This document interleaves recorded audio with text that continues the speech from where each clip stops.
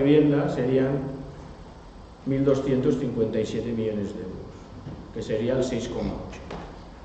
Bueno, teniendo en cuenta que España tiene una presión fiscal entre 7 y 8 puntos menos, ¿no?, que la que hay en Europa, en promedio, ya no digo la que tenemos con los países nórdicos, que puede ser de 15 puntos, pues digamos que tampoco sería, ¿no?, una locura acabar con la pobreza, ¿no?, de raíz, ¿no?, y que todas las familias pudieran tener sus necesidades básicas cubiertas. Bueno, lo que nos dicen también los datos es que, comparando, ¿no?, con Barcelona, que del total del problema el 57% es de la vivienda. Si no deflactáramos los costes y volviéramos a las cifras de arriba, entonces los costes son más altos, son 978 millones sin vivienda y 1.946 con vivienda, ¿no? Y el problema de la vivienda sería el 50% exactamente del problema, ¿no?, por debajo del total. Bueno, ahora que habéis visto los números ya acabo, ¿eh? Bueno, ¿qué se puede hacer, ¿no?, cuando vemos todo esto, ¿no? Pues aparte de llorar, ¿no?, denunciar, ¿no?, la dejadez de las otras administraciones, reclamar que cumplan sus compromisos, etcétera, pues seguramente hay que hacer tres cosas, ¿no? Una es seguir luchando para cambiar prioridades, y esto es complicado en un ayuntamiento porque también tiene sus limitaciones.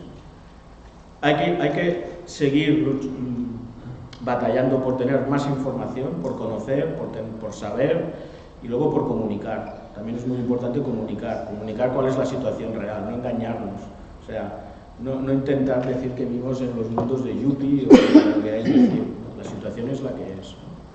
Y luego hay que innovar y hay que arriesgar, porque si no innovamos y no arriesgamos seguramente no conseguiremos nada, porque la situación es muy complicada.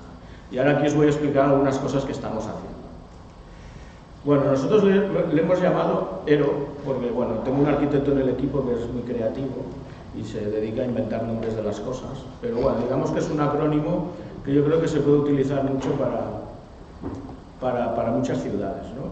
ERO quiere decir, pues, afrontar el reto habitacional, ¿no?, de la vivienda, afrontar el reto del envejecimiento y de la salud, afrontar el reto de la renta y la desigualdad, y afrontar el reto de la ocupación y la educación a lo largo de toda la vida, ¿no? Te queda un poco en la memoria esto. Por ejemplo, en vivienda. Tenemos un objetivo, tenemos un plan de vivienda muy ambicioso, que en 10 años vamos a doblar el número de viviendas de alquiler a precio de protección, ¿no?, de protección oficial, ¿no? Lo que pasa es que esto es pasar de 10.000 a 20.000, que es pasar de 1,5% del parque de vivienda social al 3%, cuando las propias leyes de vivienda en Cataluña dicen que para poder incidir realmente en el mercado de vivienda necesitaríamos tener un 15%. Pero bueno, es un esfuerzo muy grande en una ciudad muy densa en donde tampoco hay muchos solares y que además cuesta muchísimo dinero. Y luego nos hemos inventado, no sé si habéis visto en prensa, pues el APROP. El APROP quiere decir alojamientos provisionales en proximidad, que es básicamente alojamientos prefabricados, siguiendo modelos que hay en el norte de Europa. Aquí tenéis una foto, que los vamos a utilizar, pues, para acelerar el proceso. Mientras se construye este parque de 10.000 viviendas más, que tardan en promedio 6 años en hacerse, entre que encuentras el solar, haces el proyecto y haces la obra, esto se hace en menos de un año. Entonces, bueno, vamos a intentar que antes de final de este año podamos estrenar ya las 94 primeras viviendas de esta manera en 3 solares de Barcelona, con la idea de poder tener hasta 3.000 viviendas de este tipo. Bueno, técnicamente no son viviendas, son alojamientos en los próximos 4 o 5 años. En envejecimiento y salud, ¿qué estamos haciendo?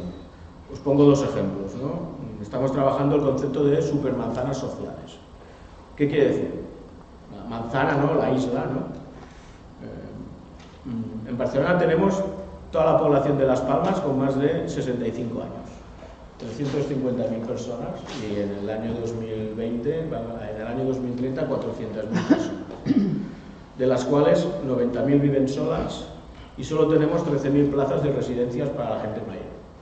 O sea, es imposible, por mucho que hagamos, ni que la Generalitat se volviera millonaria, ¿no?, que la gente no acabe viviendo y muriéndose, digamos, toda su vida en sus pisos. Por lo tanto, tenemos que trabajar el concepto de darles los servicios que necesitarían en una residencia, pero desde el hogar, en su hogar, ¿no?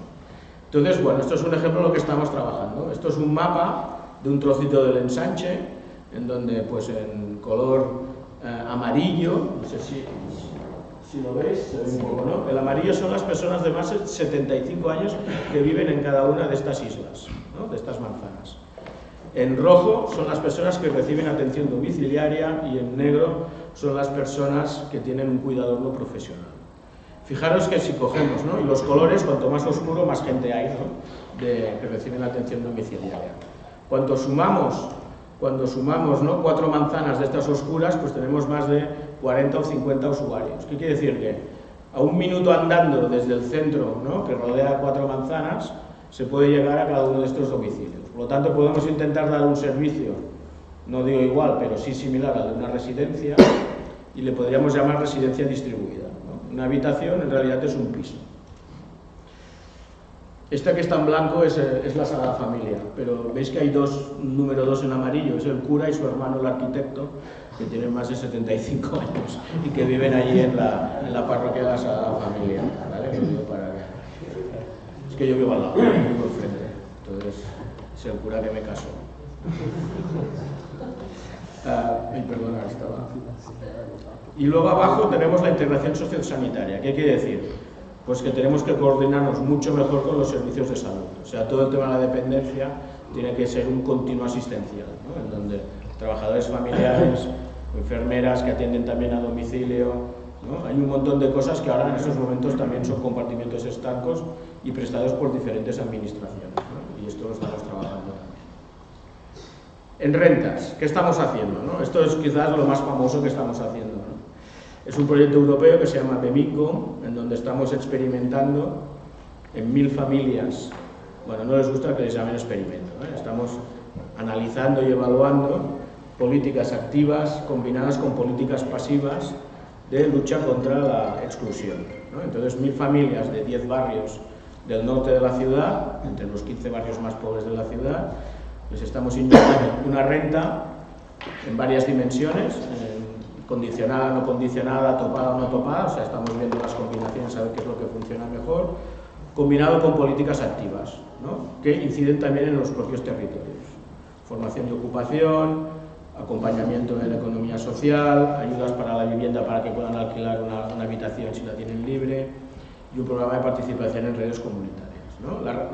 La idea es un poco ver, ¿no? Realmente cuál es la situación y qué es lo que funciona y no funciona, y complementar, ¿no? Pues la renta garantizada de Cataluña, ¿no? Que está teniendo un despliegue muy lento y que seguramente no va a llegar a toda la gente. Para que os hagáis una idea, antes hemos dicho que había 35.000 familias que no tenían la cobertura de sus necesidades básicas garantizada. Familias que reciben en estos momentos la renta garantizada en Barcelona hay 2.600. O sea, tendrían que multiplicar casi por 15 el número, lo cual no va a suceder seguro. Ocupación y educación. Bueno, tenemos un programa muy innovador, que es el programa Labora, que es un programa de reinserción laboral para parados en riesgo de exclusión. Un poco porque, como veis, si comparamos los datos del 2002, ¿no? Que es el momento donde hubo menos parados de 55, no, perdona, en el 2002 había los mismos parados que hay ahora, ¿no? Y si comparamos dónde están distribuidos por edades, lo que vemos es que ha bajado el número de parados jóvenes, porque han vuelto a estudiar, ¿no? Teníamos unas cifras de abandono escolar muy altas, y en cambio donde se están concentrando es en la gente mayor, ¿no? Y ahí tenemos un grave problema, ¿no? Es gente que normalmente lleva en paro más de 2 años, quiere decir que han acabado las prestaciones contributivas de desempleo, con cargas familiares, y que de alguna manera los estamos expulsando por la vía de la jubilación a mínimos, ¿eh? O sea, se están jubilando cuando pueden y con la pensión mínima. Luego estamos desarrollando un proyecto de escuela de segunda oportunidad para ninis, perdonad el nombre, ¿no? Pero es lo que todo el mundo entiende, ¿no? En Barcelona calculamos que hay 17.000 jóvenes entre 16 y 25 años que no han acabado los estudios y tampoco trabajan, y entonces estamos intentando ver cómo lo recuperamos, ¿no? Luego estamos haciendo un programa bastante innovador también, que vamos a iniciar después los próximos meses, que llamamos los gestores del buen vivir, que se trata de enseñar a la gente a gastar mejor los escasos recursos que tienen, ¿no? Pues en temas de comunicaciones, en temas de energía, en temas de relaciones con la banca, ¿no? Intentar no hacer lo que hace el Banco de España, ¿no? Que es ayudarte a entender qué es el TAE, cómo hacer un plan de pensiones, sino a manejarte en las cosas cotidianas de la vida doméstica, ¿no? Que te afectan a tu economía, ¿no? Y finalmente estamos introduciendo las nuevas tecnologías. Bueno, de momento le llamamos servicios sociales 2.0 porque todavía estamos en el 0.1. Básicamente la tecnología ha entrado en los programas de gestión administrativa, ¿no? Los registros administrativos, pero en nada más, ¿no? Cosa que no ocurre con las otras ramas, ¿no? Del estado del bienestar, ¿no? Entonces ahora vamos a presentar muy próximamente una aplicación que se llama Ayudas Barcelona, que es un simulador de ayudas para que los ciudadanos anónimamente se puedan conectar y puedan saber, en función de su situación familiar, de sus ingresos, de su relación con la vivienda, a qué ayudas tiene derecho, no solo del Ayuntamiento, sino también de la Generalitat y del Estado, ¿no? De tal manera que, entrando los datos, el sistema, mediante un cálculo de algoritmos, ¿no? Pues te sugiere qué vas a poder solicitar. Estamos introduciendo también en el marco del proyecto BEMINCO una aplicación para que se comuniquen los profesionales y los usuarios de servicios sociales, porque ahora la comunicación es una visita cada 6 meses o una llamada de teléfono, eso sí se puede poner el profesional. Estamos introduciendo sistemas de inteligencia artificial para sacar información de los expedientes sociales y estamos creando un gran repositorio de todos los datos, siguiendo un poco el modelo que se hizo en Dinamarca, en donde descubrieron, y seguro que aquí pasaría igual, que el 10% de los usuarios de servicios sociales se llevan el 46% de todos los recursos. Y por lo tanto, es en estos usuarios en donde hay que concentrar los esfuerzos, ¿no? Para reinserirlos, porque son los que le estás costando muchos recursos al municipio. Y con esto, pues muchas gracias, y luego si queréis alguna pregunta, pues podemos ir aclarando.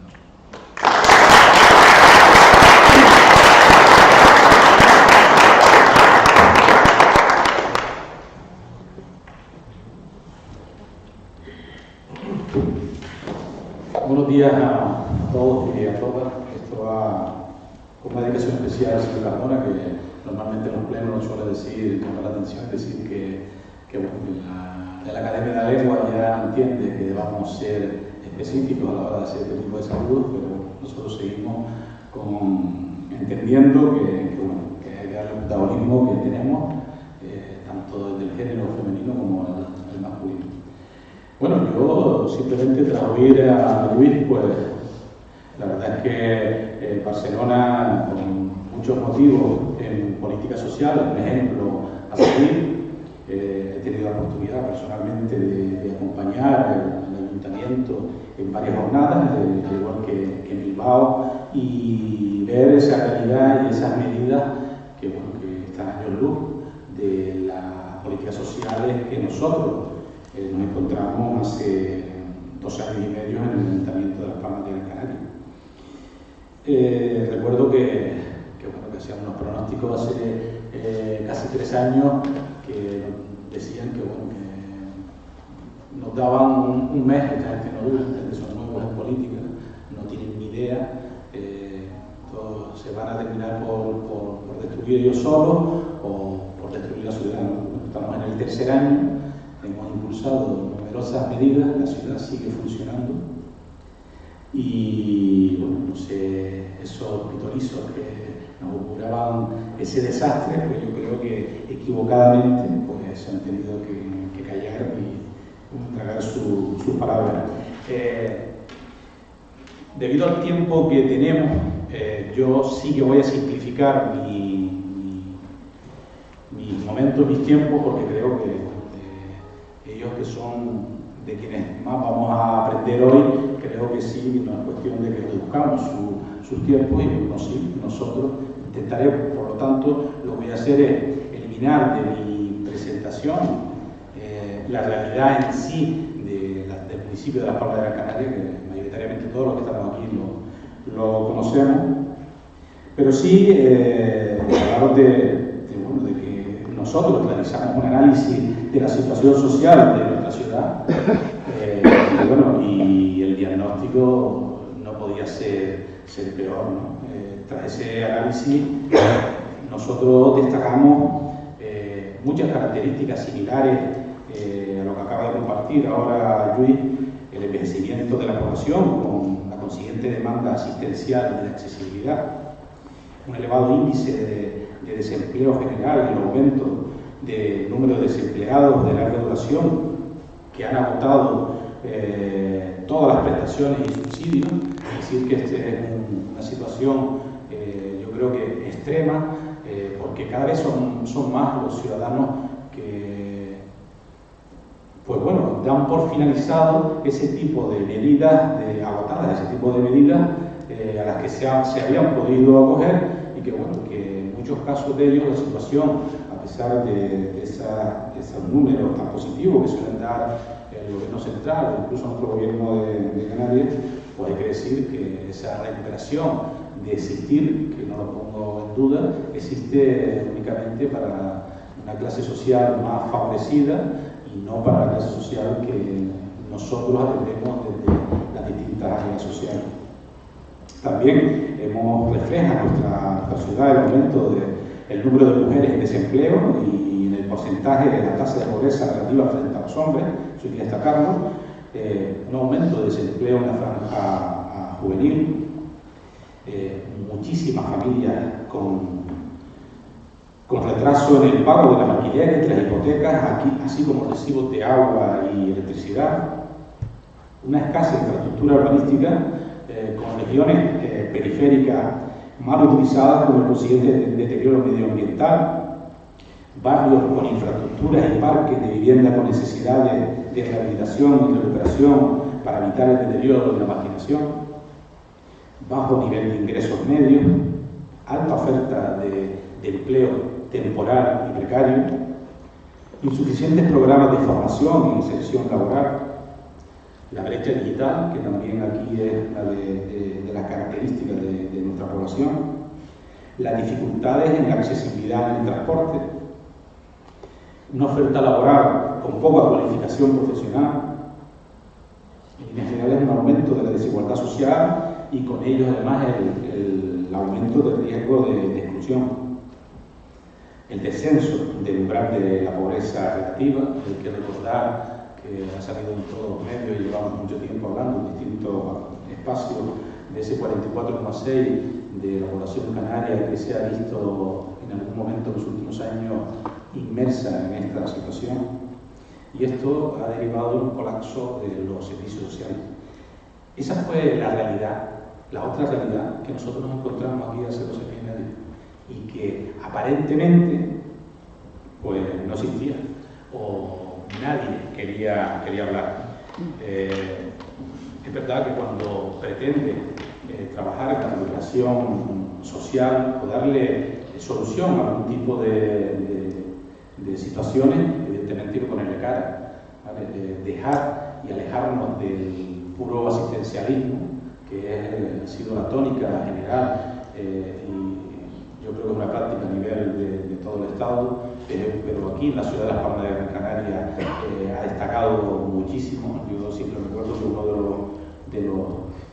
de las exigencias que se hacía al personal, a los técnicos sociales, que le gustaba destacar al gobierno anterior, al gobierno de derecha, al gobierno del Partido Popular, era el número de familias a las que se le daba una ayuda de emergencia.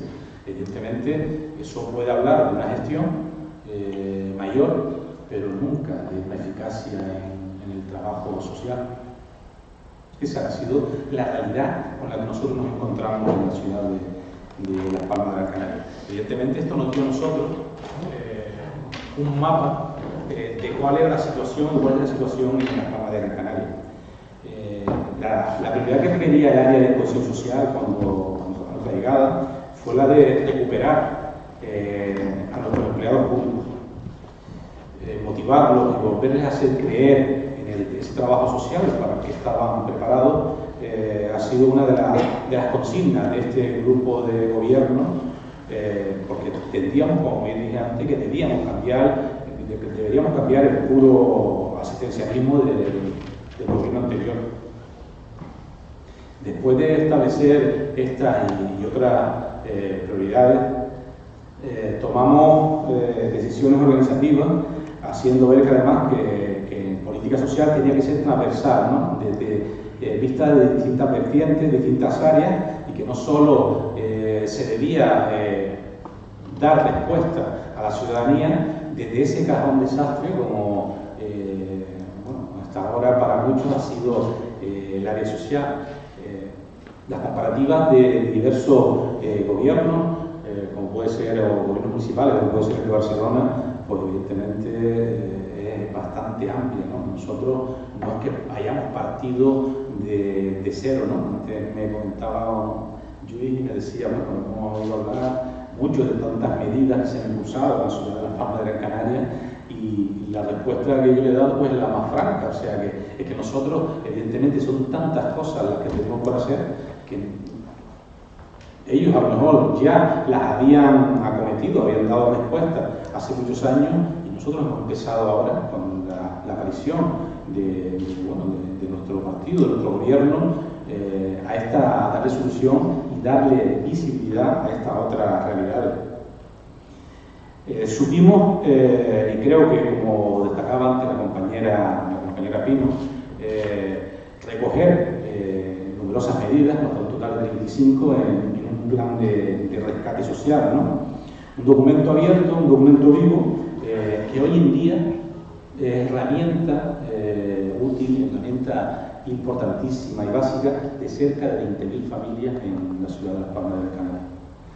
Y me gusta recordarlo porque, bueno, siempre tendemos a cuantificar o a relacionar el número de atenciones, a lo mejor con la efectividad, pero precisamente porque bueno, se han entendido las políticas sociales de una forma más relacionada con lo cuantitativo que con el buscar soluciones a esas necesidades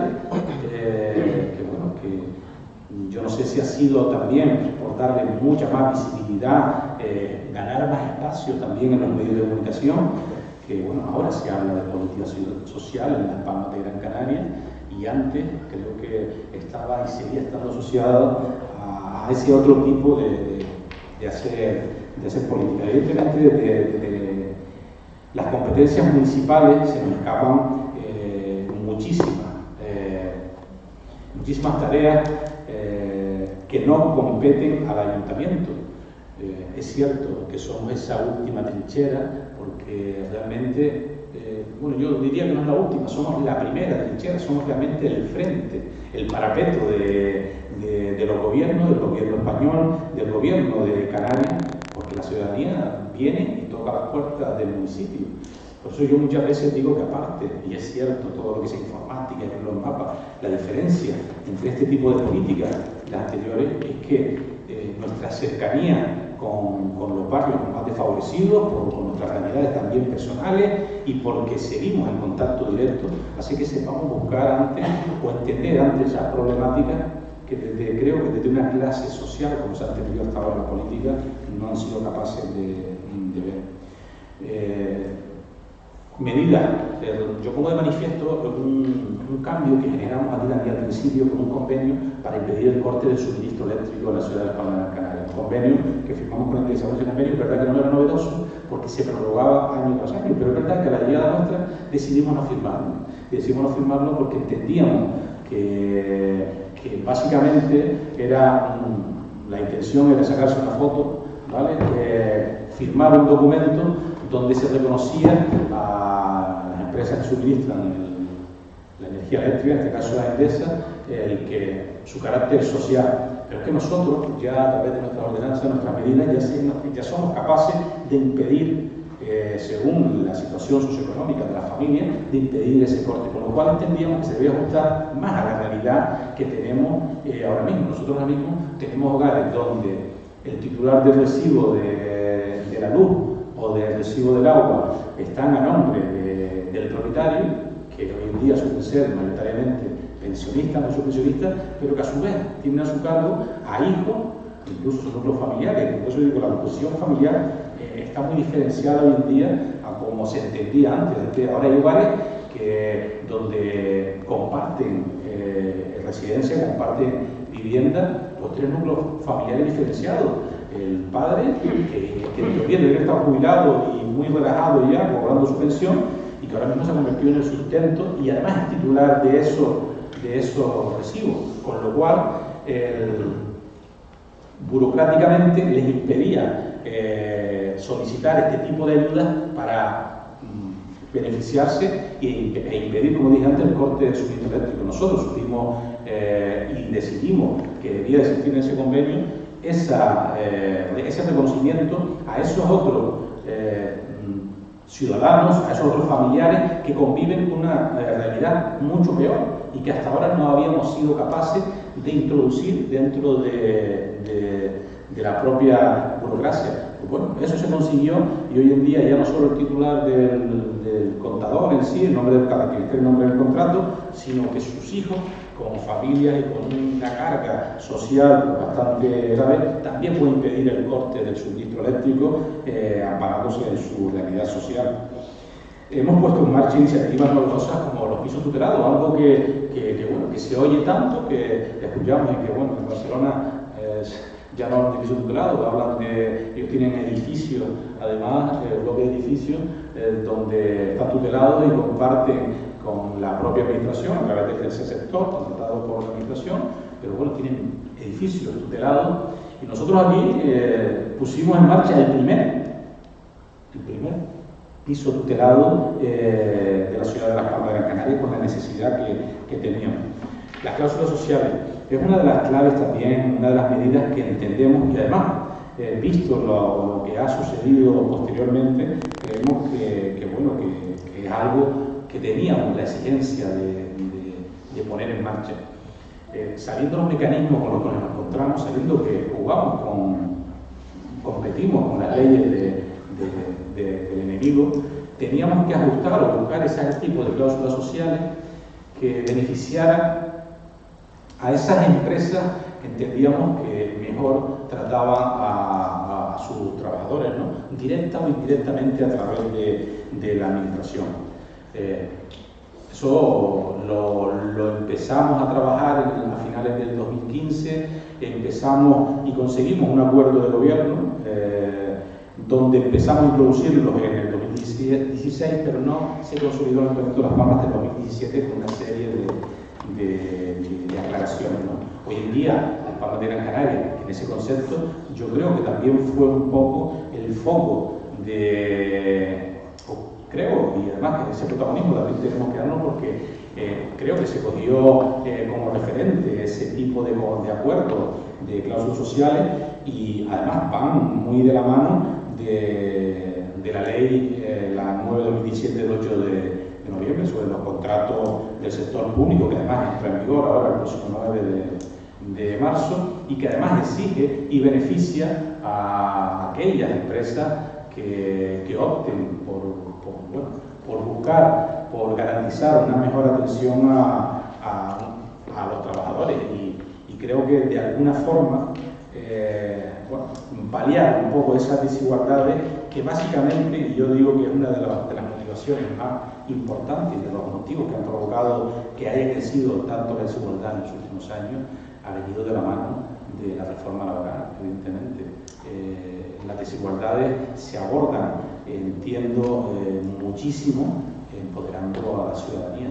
Si nosotros tenemos a un trabajador con unas condiciones laborales, económicas, sociales mejores, evidentemente ellos van a generar una economía circular que al final nos va a beneficiar a todos. Por eso no se entiende, el primero que se aplicase en su momento, porque ha provocado un drama enorme y luego de los que estamos aquí en la sala sabemos muchísimo.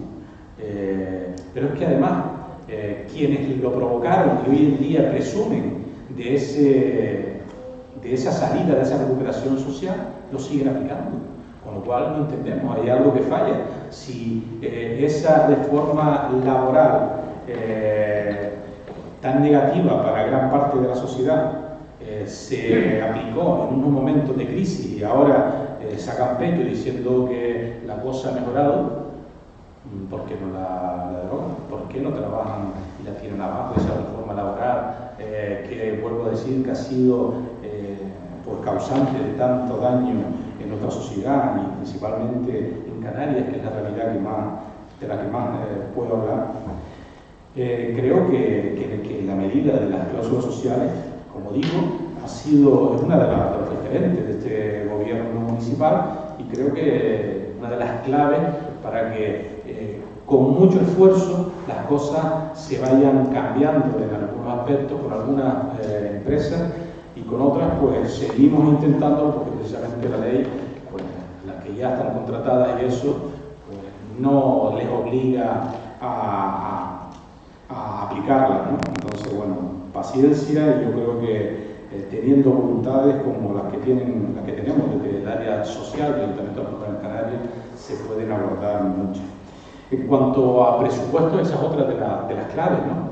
Evidentemente las voluntades también, pero si no van arropadas de un músculo económico, no son claves, ¿no? Nosotros apostamos por esa recuperación, y de hecho en el 2016, tras un incremento de un 14%, que es lo que han incrementado solamente el área de cohesión social, se nos hizo una distinción desde la Asociación Estatal de Directoras y Gerentes de Servicios Sociales, con ese reconocimiento de ser la tercer municipio que mejor invertía en política social.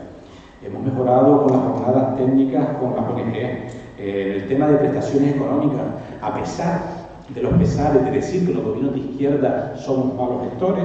Los datos del 2016 y los recientes del 2017 dicen que, aún huyendo del puro asistencialismo, hemos tramitado 1.127 ayudas más en una población de 380.000 habitantes, como tiene la ciudad de La Palma de Gran Canaria. Con lo cual, si esa es la política de la que presumían y se entendían que era buena, hasta en eso los hemos superado. Y ojo, con una experiencia que tenemos de estos gobernantes novedosos, ¿no? Pero es que además volcamos o desviamos las diferencias entre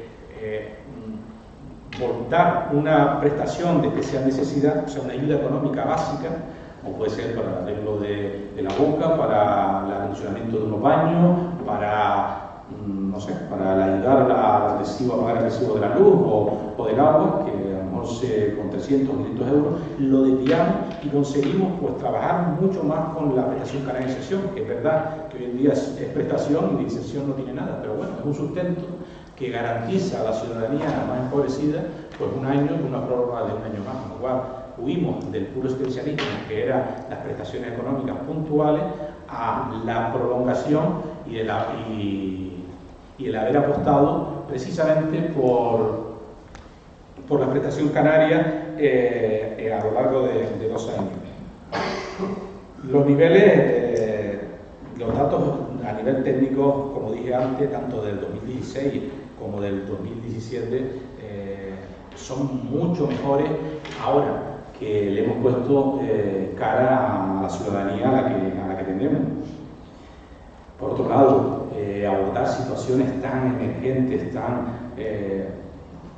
la verdad que nos tendría que preocupar muchísimo, como es la situación de las personas sin hogar, de las personas que tenemos en calle, ha sido también uno de los elementos que más hemos abordado, ya no solo con la creación del primer plan estratégico en toda Canarias, el primer plan estratégico para las personas sin hogar, que se ha hecho y se ha elaborado por el personal municipal para la ciudad, los ciudadanos de Las Palmas de Canarias que se encuentran en esa situación, que no hay que olvidar, como he dicho muchas veces, que son vecinos de nuestra sociedad, que tienen caras, que tienen patologías y que tienen situaciones que hay que abordar mucho más allá que la de la necesidad de vivienda, y que desde el ayuntamiento, en muchos de los casos, no podemos afrontar. Por eso hemos solicitado, hemos exigido al Gobierno de Canarias para que cree un órgano, un documento y apueste por la recuperación social de las personas que tenemos en peor situación en toda Canarias,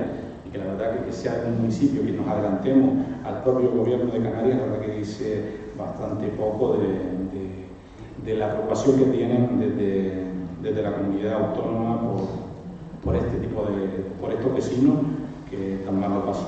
Creación de centros de día para personas sin hogar, hemos impulsado la creación de unidades especiales de protección y acompañamiento dentro de la policía local, que había desaparecido hace años.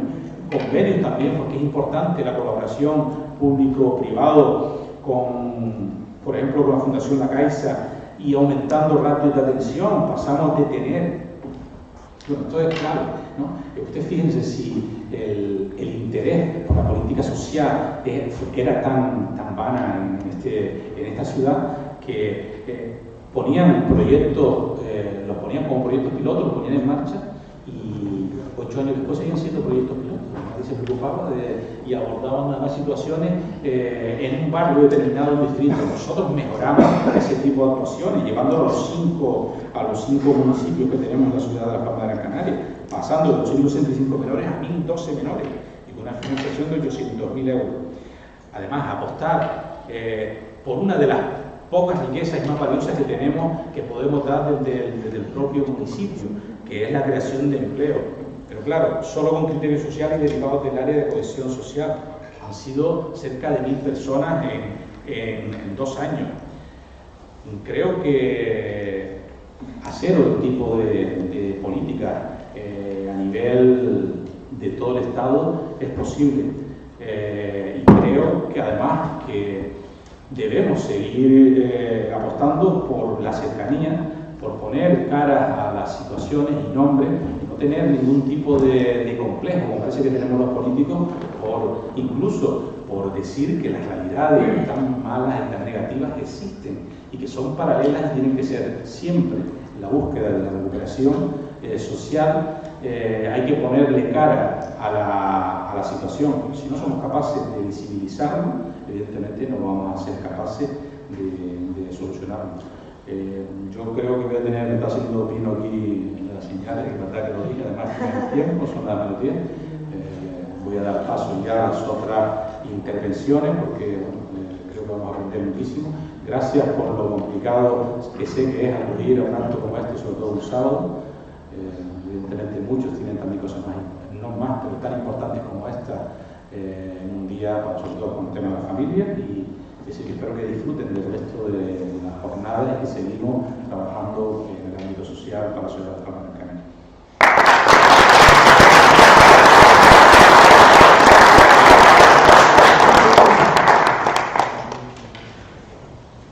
Bien, pues abrimos entonces un turno de palabra.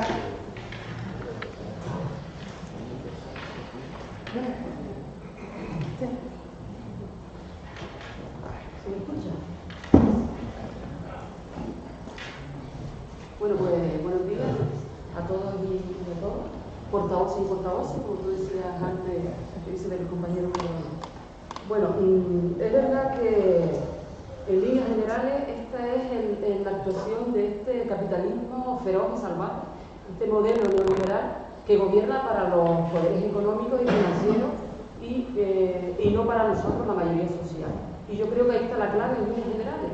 Gobiernos que prioricen el bienestar de la mayoría social, de la gente, que en definitiva somos la mayor parte de la sociedad. Y hay alternativas, y yo creo que sí, a pesar de que es muy difícil. Sabemos que es gigante, pero bueno, ahí tenemos el caso de Portugal, sin irme mucho más lejos. Pero pido disculpas porque lo primero que tenía que decir era agradecer y felicitar, por supuesto, este tipo de intervenciones, este tipo de actos, que yo creo que ayudan, ¿no? Sobre todo en este tema tan sangrante como es la desigualdad, debido a la no redistribución de la riqueza, no la falta de riqueza, sino la mal distribución de la misma. Entonces, un poco en ese sentido, quería comentar un par de cositas. Agradecer al compañero que viene de Barcelona y a ti también, Jacinto, un poco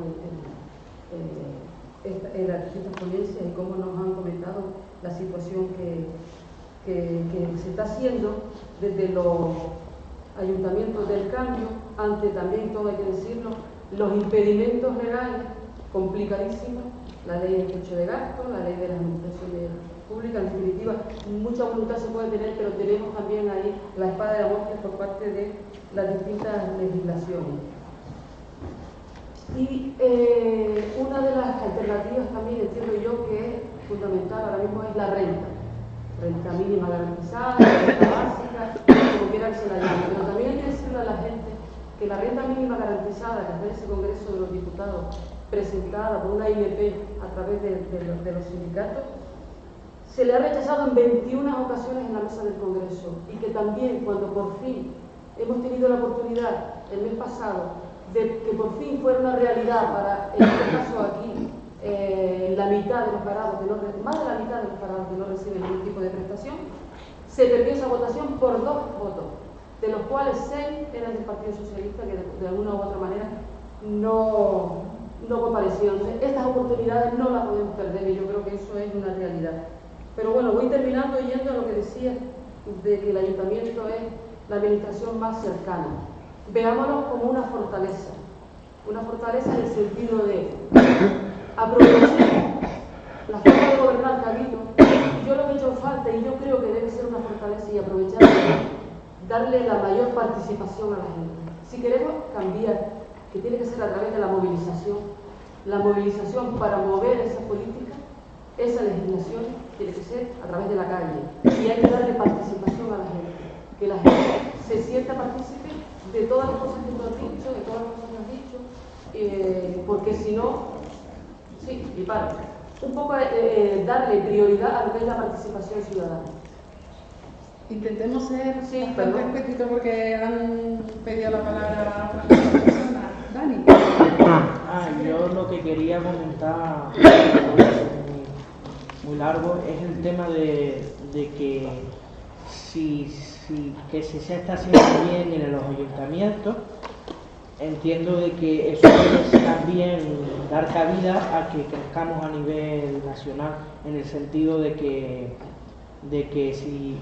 los ayuntamientos del cambio, yo creo que lo están haciendo lo mejor que se puede, pero por ejemplo en Barcelona gobiernan en minoría y gobiernan solos, pero en Las Palmas gobiernan con el PSOE. Entonces la pregunta que yo le hago a Jacinto es: ¿el gobernar en un pacto impide que algunas cosas que podría hacer al grupo de Las Palmas puede, impide el PSOE que haga algunas cuestiones que le gustaría hacer o al contrario, o el PSOE deja hacer todas las cosas que podrían? Es que no sé si me estoy explicando bien.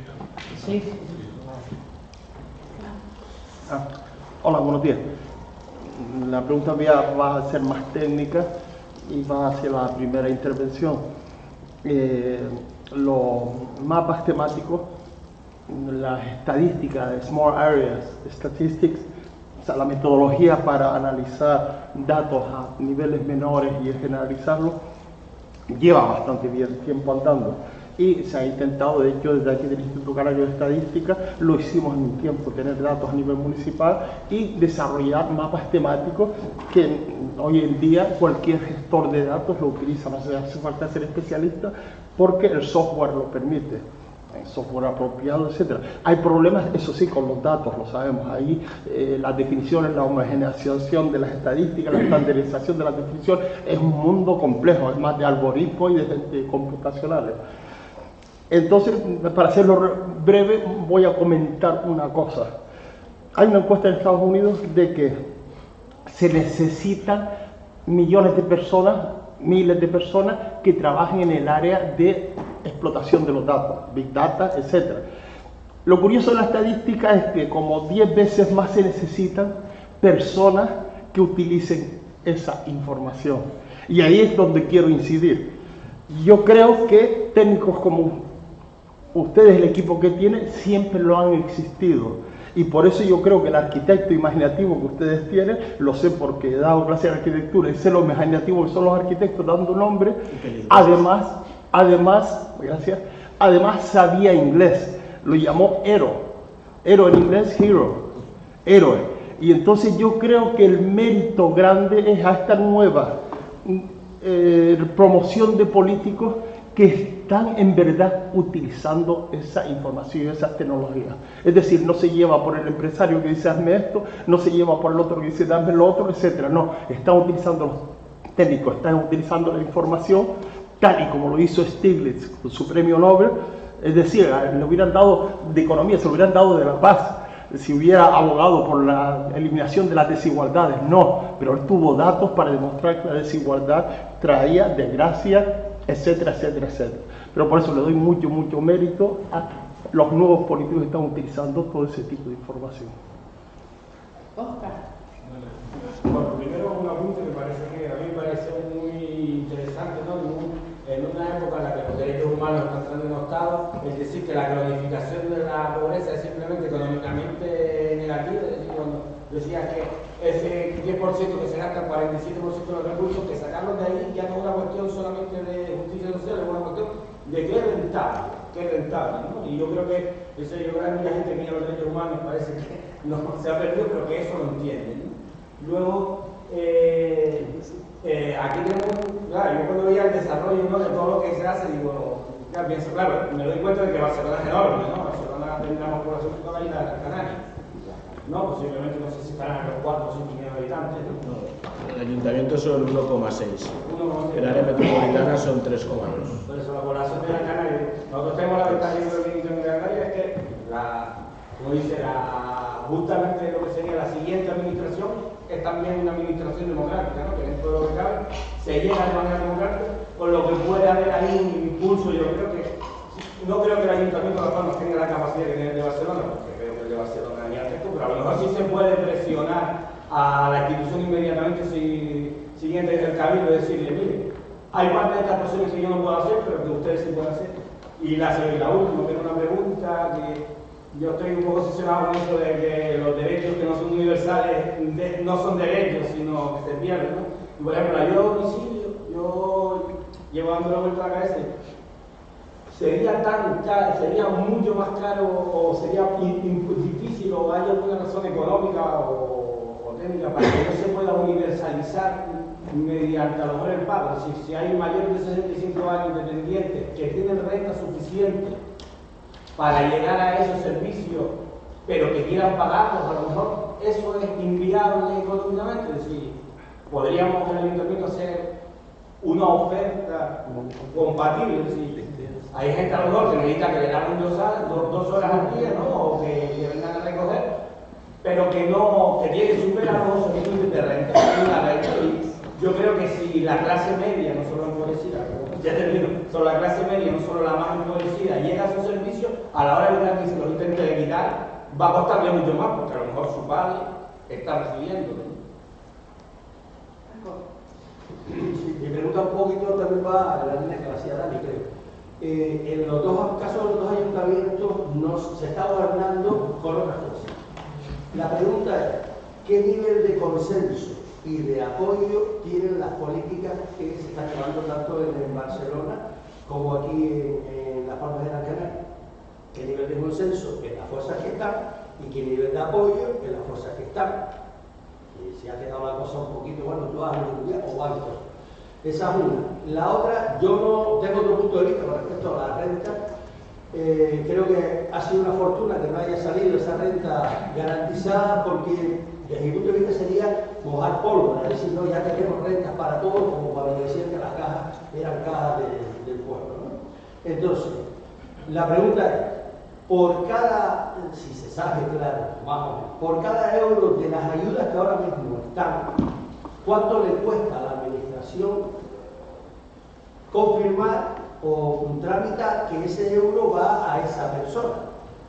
¿Cuánto cuesta todo ese aparato en dinero? Si es que se sabe. Yo tengo algún dato por la gente que, concretamente de Cataluña, seguro que la conocerá, de que incluso en el último simposio de la renta, yo le voy a ir, lo decía, que casi que un euro de ayuda que se da, casi, son casi 3 euros que se gasta la administración en confirmar que va a quien tiene que ir en la condición que tiene que ir. Con la respuesta. Bueno, yo voy a dar respuestas a las que entiendo que van dirigidas, o que yo puedo dar respuestas del área como concejal del Ayuntamiento de Las Palmas de Gran Canaria.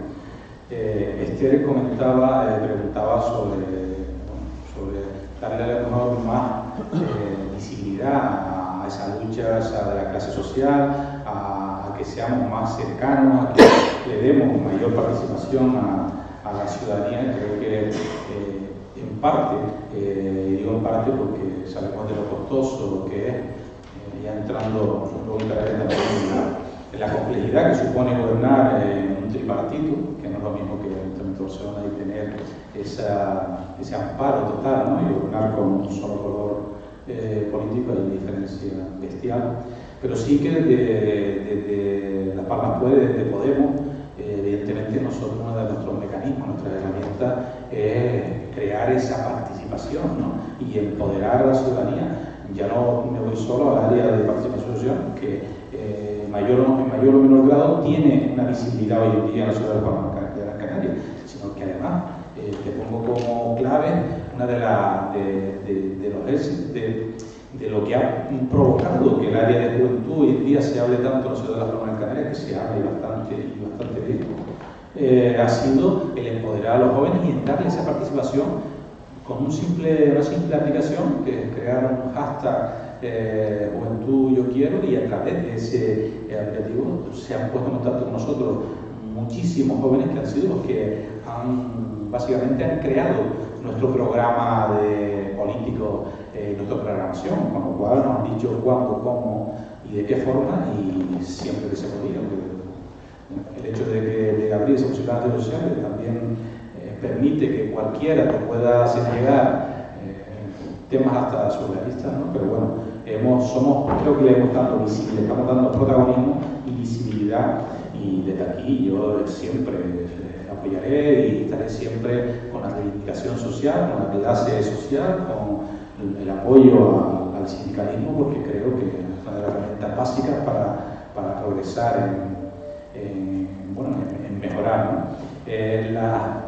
Antes hay un compañero preguntaba, el compañero Óscar, sobre el tema de que si era posible el servicio de domicilio, que no solo reconociera, entiendo, la situación socioeconómica de nuestros mayores, sino que también los que tienen una situación económica mejor existe, en el territorio de Gran Canaria existe la posibilidad del copago. Lo que pasa es que es cierto que nosotros huimos muchísimo de eso, porque como tú dices, entendemos que un servicio de atención domiciliaria debe ser gratuito, y es gratuito, pero a quienes realmente no se lo pueden pagar, ¿vale? Y el que se lo puede pagar, pues entonces habrá que decirle que lo paguen, ¿vale? Como se puede en el territorio de Las Palmas de Gran Canaria. Dos preguntas en una. El tema de la complejidad de gobernar dentro de mi experiencia, que sí es bastante compleja, evidentemente. A mí me ha encantado tener una mayoría y haber dicho, pues sí, nosotros tenemos un programa y se aplica el programa sí o sí, evidentemente. Esto se discute y se intenta llegar a consenso dentro de 3 partidos de izquierda, pero que evidentemente a veces no nos ponemos de acuerdo, y a veces se deciden, se toman decisiones simplemente por mayoría con las cuales nosotros no estamos de acuerdo, pero que tenemos que respetar, que formamos parte de ese gobierno a 3 bandas, aunque no estemos para nada de acuerdo con algunas decisiones que se tomen. No son reinos de taifa, pero sí es cierto que hay una línea roja que yo personalmente no permito que se atraviese, ¿vale? Y en política social yo creo que si destacamos, creo que ya la ciudadanía no lo valorará, ¿no? Hay muchos que creen que si destacamos en positivo, otros creen que no, pero evidentemente se trabaja y no se esconde, ¿vale? Esa es una realidad y es una línea roja que no permito que nadie, ni soy en Nueva Canaria, me ponga trabas. Yo no sé, le doy el paso a Luis, que seguramente tendrá que dar una respuesta. Dos cosas rápidamente, ¿no? A ver, el tema de la participación social es muy importante. El problema es que nos cuesta hacer que las personas más vulnerables, que son las más directamente implicadas en las políticas sociales, participen. De hecho, cuando tú haces una medida de capital social, ¿no? Pues, digamos, más allá de la riqueza financiera, de la situación socioeconómica, tal como se mide de manera estandarizada, lo que es el capital social, las relaciones, la capacidad de la gente de participar, pues ves unas grandes diferencias también territoriales. O sea, los barrios con menos capital social también son los barrios más vulnerables, son los barrios que más se abstienen en las elecciones, son los barrios que más votaron ciudadanos el 21 de diciembre. O sea, es que hay muchas cosas. Tenemos un riesgo de populismo en el sentido de Frente Nacional, etcétera, que hay que ir con mucho cuidado. Entonces ahí, bueno, pues hay que hacer muchas más políticas comunitarias, muchas más políticas de educación, muchas más políticas de prevención a largo plazo, ¿no? De mejorar no solo la situación económica, sino también, ¿no?, la situación social de estos barrios, ¿no? Pero bueno, es un tema interesante. Por ejemplo, este año vamos a estrenar una cosa que son las multiconsultas, en donde, en función del número de firmas que hay, tú puedes promover una consulta ciudadana con carácter vinculante para el ayuntamiento. Entonces, pues, por ejemplo, pues, la semana pasada se presentaron 27.000 firmas, se necesitaban 15.000 para municipalizar el agua. Entonces, bueno, creo que Aguas de Barcelona se ha gastado, no sé, millones de euros estos días, ¿no?, amenazando de que iba a poner todo tipo de recursos, de demandas, etcétera, contra este proceso. El problema es que hace 3 días salió la noticia de que Aguas de Barcelona había sobrevalorado sus activos en 300 millones, o sea, que nos estaba tomando el pelo como ciudadanos, o sea, una cosa tremenda, ¿no? Pero digamos que estamos intentando dar más herramientas de empoderamiento a los ciudadanos, pero es verdad que tenemos que hacer que los ciudadanos realmente tomen este poder que les estamos intentando procurar. Una respuesta concreta sobre el tema de la atención domiciliaria. En Barcelona es un servicio universal, o sea, cualquier persona lo puede pedir y prácticamente no lo paga nadie. No lo paga nadie, pues yo creo que es más por error que no porque toque, pero sí que hay un problema de sostenibilidad. Nosotros el año pasado estuvimos ya cerca de los 80 millones de euros en atención domiciliaria, ha crecido más de un 40% en los últimos 3 años porque se están incorporando los dependientes de grado 1 y hay un problema grave de sostenibilidad financiera del modelo, que son las cosas que queremos atacar con lo de las supermanzanas. O sea, buscar un poco pensar que cuando divides el total de horas que prestamos el año pasado por el número de usuarios, sale 1 hora al día en promedio. Y la pregunta es, bueno, ¿y las otras 23 horas? Una persona que tiene una gran dependencia, ¿quién la cuida? Bueno, pues depende del barrio, pues la cuida la familia, una interina que vive allí con ella, pero hay otras que la única visita que reciben en todo el día es el trabajador familiar. Por lo tanto, esto es un tema muy importante que tenemos que afrontar, pero ser conscientes de las limitaciones, ¿no? Entonces ahí habrá que hacer una solución, no hay una solución mágica, tiene que ser una combinación de copago, seguramente, de más financiación pública, más financiación de las otras administraciones, empezando por la del Estado, que es la que primera recortó, ¿no? Es un claro ejemplo de recorte, más tema social, o sea, más colaboración comunitaria, y seguramente las nuevas tecnologías también nos van a ayudar. Estábamos hablando de un tema muy interesante, de los datos. Una cosa que vamos a hacer en el ayuntamiento es que todos los datos que estamos generando, obviamente anonimizados, los vamos a abrir, o sea, todos van a estar disponibles porque al final los recursos internos también son limitados. Entonces la idea es que toda la comunidad científica pueda hacer estos datos de las encuestas, de los estudios, para que puedan trabajar también, o bien con convenios con el ayuntamiento o directamente pues, en sus propias investigaciones. Y de la misma manera, pues todos los desarrollos que estemos haciendo a nivel informático, pues en principio todos van a ser en software abierto, de tal manera que cualquier administración, o el Cabildo, o la Diputación, o las diputaciones provinciales, o cualquier ayuntamiento pueda coger todos estos desarrollos e implantarlos con un coste mucho más bajo que los que nos pueda estar costando a nosotros. Y respecto a si prevenir, bueno, si es rentable, ¿no?, hacer políticas sociales, bueno, es que esto es de perogrullo, supongo que luego cuando hable Carme Borrell lo explicará, ¿no? Pero la rentabilidad de la prevención en sanidad, en salud, tiene un rendimiento extraordinario comparado, ¿no?, con enviar a la gente al hospital. O sea, esto es clarísimo, ¿no? De hecho, nosotros ahora vamos a intentar hacer una primera experiencia en España de lo que se llaman bonos de impacto social, que es problemas sociales en donde una entidad de tercer sector afronta el problema y le vamos a pagar por el resultado que obtenga, ¿no? De tal manera, no sé, creo que vamos a empezar, estoy cargando el micrófono, creo que vamos a empezar con el tema de los extutelados, ¿no? Que tenemos un gravísimo problema porque cuando cumplen los 18 años, pues casi es patada a la calle y a que se espabilen, ¿no? Y esto es un grave problema porque acaba generando muchísimo gasto adicional ya en los casos extremos, ¿no?, que hay muchos en términos de seguridad, de temas judiciales, etc. Y ya para acabar, que ¿cómo nos llevamos con los partidos? Bueno, yo diría que a nivel social el único enfrentamiento que hemos tenido, importante, con todos los partidos, ya no solo los de izquierdas, ha sido, y sobre todo ha sido con los de derechas en este caso, ha sido con los temas de tarifación social. O sea, cuando hemos intentado imponer, ¿no?, lo hemos hecho con las guarderías, imponer tarifas en donde las familias más ricas pagaban más. Entonces el acuerdo al final casi era, no, ya nos está bien que los pobres paguen menos, pero que las familias no paguen más. Entonces ya no es una tarifación social, ya es otra cosa, ¿no? Pero quiero decir que les cuesta, ¿no?, defender esto. Por lo demás, no. El área social, como los problemas son tan evidentes y los comunicamos con tanta transparencia, ¿no? Por ejemplo, en Barcelona se ha hecho una campaña excepcional con el tema de la contaminación.